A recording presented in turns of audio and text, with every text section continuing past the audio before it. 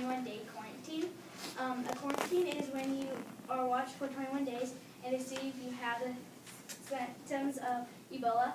I'm going to start off my reasons. My first reason is you could infect other people. Like if you weren't like showing and it still let you on, you could still like have it after the 21 days, and like you could get like it could keep passing on once you get someone sick with Ebola. And then my second reason is you can not showing, you can still have it. My third reason is if you don't get quarantined, then your own life is at risk. Like say if you don't want to do the quarantine and like we don't have the quarantine, then you can infect everybody else, and then your own life is at risk. Okay, so you said that your own life is at risk.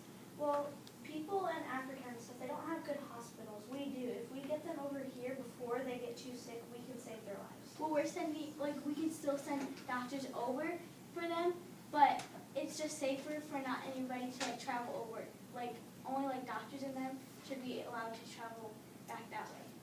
So. What if the doctors don't have enough equipment to do so? Well, the hospital would basically supply them with that. Yeah. So, and that's my reasons.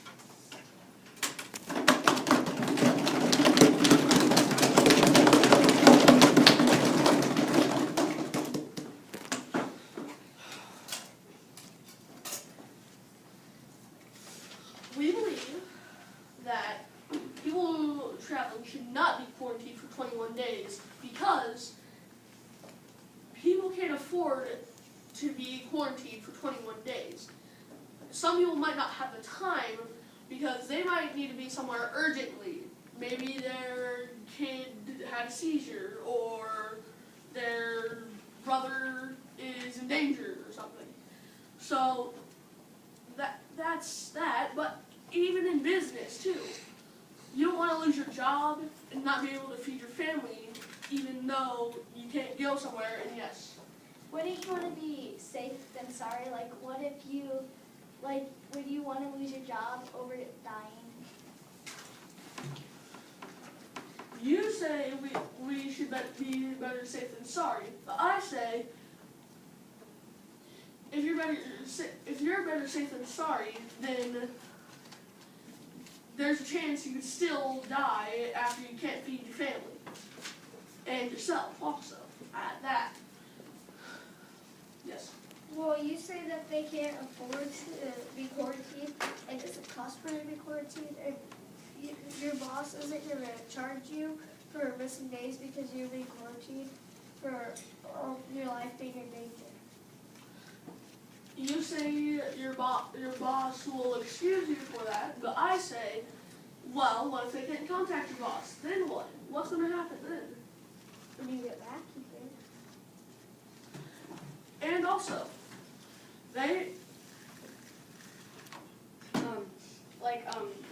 The boss would say, like, you could tell the person who is quarantining you, you could tell them to call your boss and tell them the number to do that.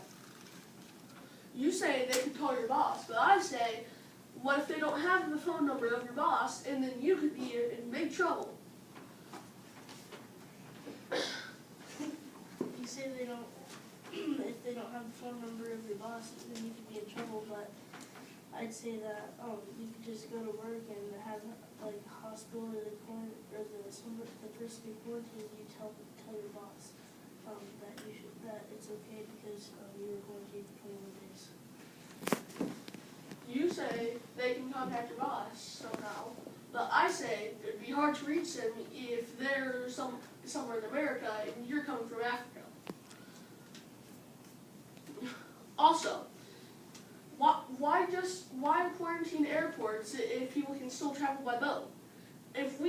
That means we shouldn't quarantine airports if we can't quarantine boats, because then people with the boat can still get there. What? You say that they could travel by boat, but I say that it takes more than 21 days to travel from Africa to the United States, and they would die in that 21 day period if they had Ebola. you say that could die, but I say, what if they bring enough medicine for themselves on the way there? That'd be better planning.